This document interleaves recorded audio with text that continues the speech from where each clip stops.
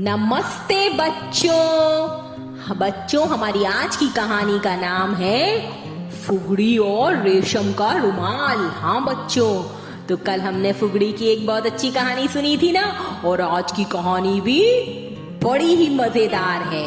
तो बच्चों, जो राजा हक्का बक्का था वो एज यूजुअल फुगड़ी से हमेशा बदला लेने की बातें सोचता रहता था, क्योंकि फुगड़ी हमेशा उसका कोई ना कोई नुकसान कर देती थी। और जो हक्का बक्का राजा था वो बड़ा ही धूर्त और घमंडी राजा था। अब एक दिन बच्चों, सुबह वो सो के उठा। जब सो के उठा तो उसको आसपास कोई भी नहीं दिखा। चीखने लगा, चिल्लाने लगा, सारे लोग कहाँ गए भाई, सारे लोग कहाँ गए? अरे छोटी रानी कहाँ हो तुम? बड़ी रानी कहाँ हो, कहाँ हो? अरे कोई एक गिलास पानी देने वाला भी नहीं है घर के अंदर। कहाँ चले गए सारे की सारे? कहाँ चले गए? तो बच्चों, जो वहाँ की दासी थी उसने महाराज की आवाज सुनी। वो दौड़ी दौड़ी आई। महाराज क्या हुआ? महाराज आप क्यों चिल्ला रहे हैं? और दासी, सारी रानियां कहाँ चली गई? महाराज रानियां तो ना सारी की सारी मायके चली गई। अरे मैं इन रानियों से बड़ा परेशान हूँ। एक रानी मायके जाती है तो पीछे पीछे सारी की सारी चले जाती हैं। एक रानी कोई काम करती है तो उसकी होड़ में बाकी की रानियां भी वही काम करती हैं। मुझे समझ में नहीं आता ये रानियां मेरा इतना परेशान क्यों करती हैं, मुझे समझ में नहीं आता। अच्छा दासी, तुम ऐसा करो, मेरे मुंह धोने के लिए पानी लेके आओ और मेरे पीने के लिए भी एक जग में पानी लाओ, जाओ। जी महाराज, लाती हूँ अभी। और बच्चों, दासी चली गई वहां से। फिर राजा ने अपने रूम में देखा इधर उधर, तो उसने देखा कि एक कोने में बहुत सारे पुराने कपड़े पड़े थे। तो राजा को गुस्सा आ गया। वो फिर से चीखने लगा, दासी दासी। जी महाराज, आई। ये बताओ, ये मेरा कमरा इतना गंदा क्यों कर रखा है? कोई सफाई क्यों नहीं करता? ये उतने पुराने फटे से खराब से कपड़े क्यों पड़े हैं मेरे रूम में? हैं? महाराज छोटी रानी है ना, इन पुराने कपड़ों से ना गुड़िया बनाएंगी। उनको गुड़िया बनाना बहुत अच्छा लगता है ना महाराज, इसलिए उन्होंने ये कपड़े रखे हैं यहाँ उठा के। अच्छा, कोई गुड़िया नहीं बनेगी। फेंको, हटाओ इन कपड़ों को मेरे कमरे से और जाके कूड़ेदान में फेंकाओ। पर महाराज, छोटी रानी ने कहा है कि फेंकना नहीं है। अच्छा, तुम मेरी आज्ञा नहीं मानोगी? और रानी बड़ी है या राजा? जी महाराज, आप ही बड़े हैं, पर रानी ने कहा था। अच्छा, जो मैं कह रहा हूँ अब वो करो। जाओ और ये सारे के सारे कपड़े कूड़ेदान में फेंक दो। जी महाराज, जो आज्ञा, मैं अभी फेंक देती हूँ। और बच्चों, दासी ने सारे कपड़े उठाए पुराने और जाके बाहर महल के जो कूड़ेदान बना था उसमें सारे कपड़े फेंक दिए। और वो बड़बड़ाती जा रही थी, नहीं समझ में नहीं आता है। रानी कहती है कपड़े संभाल के रख, और राजा कहते हैं कपड़े फेंक दो। मुझे तो परेशान कर रखा है इन दोनों ने। मुझे क्या करना है? फेंक देती हूँ, महाराज की बात मान लेती हूँ मैं। और बच्चों, उसने सारे कपड़े फेंक दिए। उधर क्या हुआ बच्चों, दूसरी तरफ जो फुगड़ी चिड़िया थी वो अपने पेड़ पर बैठी हुई थी और बड़ी तेज हवा चल रही थी, आंधी चल रही थी, तूफान आ रहा था। और फुगड़ी चिड़िया के बच्चे रो रहे थे। मम्मी बहुत ठंड लग रही है, बहुत हवा चल रही है। मम्मी, हम कैसे सोएंगे इतनी ठंड में? अरे मेरे प्यारे बच्चों, चिंता मत करो, आ जाओ मेरे पास, आ जाओ। मैं तुम्हें अपने पंखों में छिपा लेती हूँ। मेरी छाती से चिपक कर तुम सो जाना, तुमको नींद आ जाएगी। ठीक है मम्मा, ठीक है। और बच्चों, चिंता मत करो, ये जो पेड़ से हवा आ रही है ना, और जो पत्ते उड़ गए हैं ना, जिसकी वजह से इतनी ठंडी हवाएं आ रही हैं, मैं सब सुबह ठीक करवा लूंगी। अभी तुम आ जाओ। और बच्चों, फुगड़ी चिड़िया ने अपने बच्चों को अपने पंख के अंदर छिपा लिया। बड़ी तेज हवा चल रही थी और बच्चे जो थे वो हवा में ठंड से सिकुड़ गए थे। तो तभी फुगड़ी चिड़िया की एक फ्रेंड आई और वो बोली, अरे मेरी प्यारी फुगड़ी, तू घर में है क्या? हाँ टुन्नी, मैं घर में ही हूँ, आजा आजा, घर के अंदर आजा। तो बच्चों, जो फुगड़ी की दोस्त थी टुन्नी चिड़िया, वो अंदर गई। उसने देखा, अरे क्या हुआ, तेरे बच्चे इतने रो क्यों रहे हैं, इतने चेहरा क्यों उतरा इनका? अरे क्या बताऊं बहन, ठंड के मारे सिकुड़ रहे हैं मेरे बच्चे, बड़ी तेज हवाएं चल रही है ना। अरे तो ऐसा करना, महाराज के घर के बाहर जो कूड़ेदान है ना, उसमें बड़े अच्छे अच्छे कपड़े पड़े हैं, जाके ले आ और उड़ा दे अपने बच्चों को।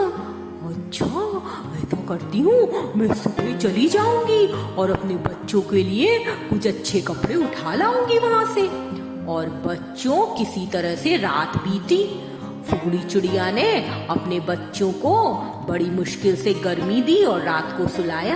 अब सुबह हुई, जैसे कि फुगड़ी चिड़िया की फ्रेंड ने बताया था कि महाराज के घर के बाहर पुराने कपड़े पड़े हैं। तो फुगड़ी उड़ के चल दी और वहां महाराज के महल के बाहर उसने कूड़ेदान में देखा कि इतने सारे कपड़े पड़े थे।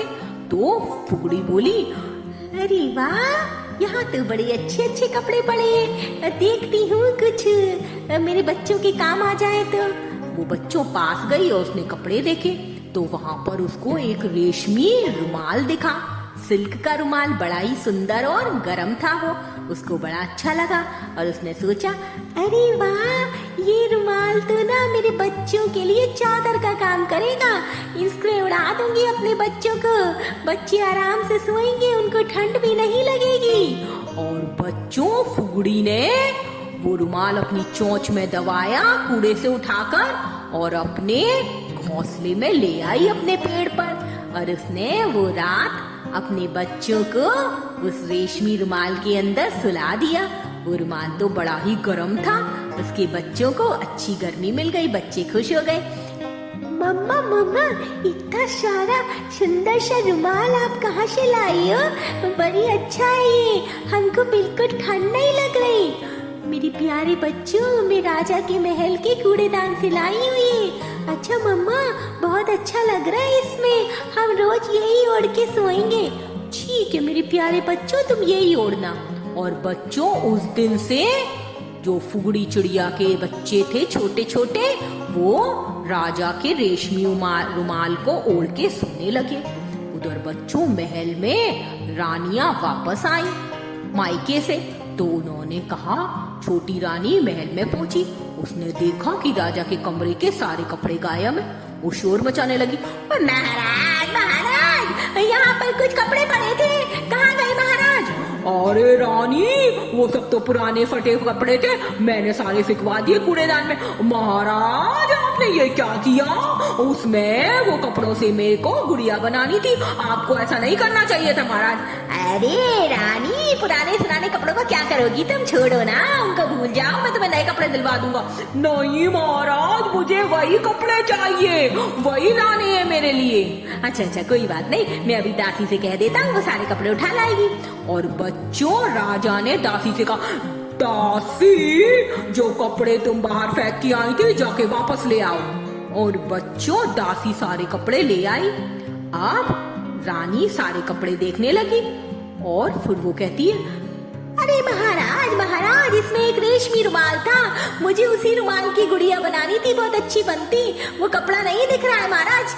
अरे रानी, क्या बात करती हो, इतने कपड़े बने हैं, किसी और से बना लो, तुम्हें उस रेशमी रुमाल का ही क्या करना है, किसी और को यूज कर लो ना गुड़िया बनाने के लिए। नहीं महाराज, मुझे वही रुमाल चाहिए, चाहे कुछ भी हो जाए। अगर आपने ऐसा नहीं किया तो मैं महल छोड़ के चली जाऊंगी, मैं अनशन कर दूंगी, मैं आपको छोड़ के दूर चली जाऊंगी कहीं, मुझे वही रुमाल चाहिए। अरे भगवान, चिंता मत करो, ठीक है, गुस्सा मत करो, मैं अभी सैनिकों को बुलाकर उस रुमाल को ढूंढने के लिए भिजवा देता हूँ, तुम चिंता मत करो मेरी प्यारी रानी, तुम रो मत, मैं अभी बुलाता हूँ अपने सैनिकों को। और बच्चों, राजा ने सैनिकों को बुलाया।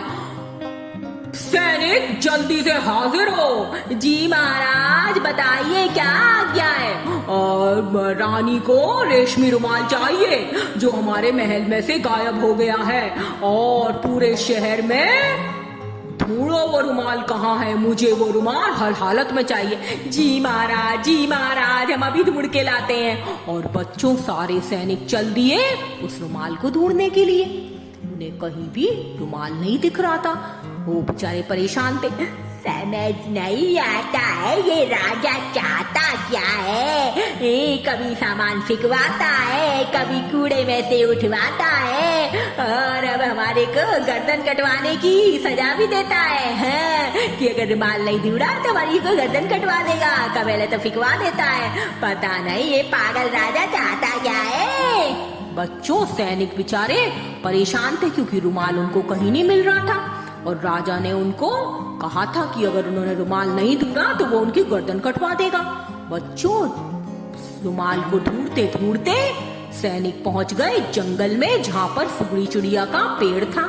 उन्होंने देखा कि एक रेशमी रुमाल पेड़ पर लटक रहा है। फुगड़ी ने उसको सुखाने के लिए रखा था धूप में। तो पेड़ के पास पहुंचकर वो बोले, लगता है कि ये रुमाल तो नहीं है जिसको महाराजा ढूंढवा रहे हैं। चलो चलो महाराज को बताते हैं, बताते हैं। और बच्चों उन्होंने महाराज को बताया। महाराज वहां आए। महाराज ने कहा, अरे भाई यही तो वो रुमाल है। अच्छा, ये फुगड़ी उसको चुरा कर लाई है मेरे महल से। ए फुगड़ी बाहर निकल, तूने मेरा रुमाल कैसे चुराने की हिम्मत की। फुगड़ी आई बाहर। उसने कहा, महाराज कैसी बातें कर रहे हैं आप। आपने तो ये रुमाल जो है कूड़े में पड़वा दिया था, तो मैंने तो उठा लिया वहाँ से।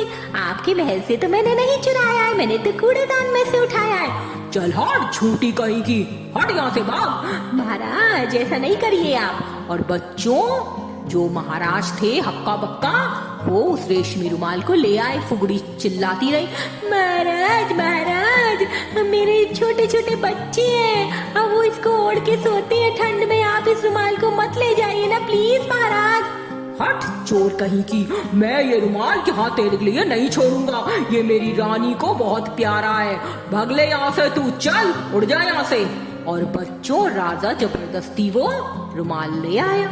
अब फुगड़ी चिड़िया उधर गुस्सा होने लगी और गाना गाने लगी, दुष्ट राजा, बदमाश राजा, लोगों को सताता है ये राजा, कैसा गंदा राजा।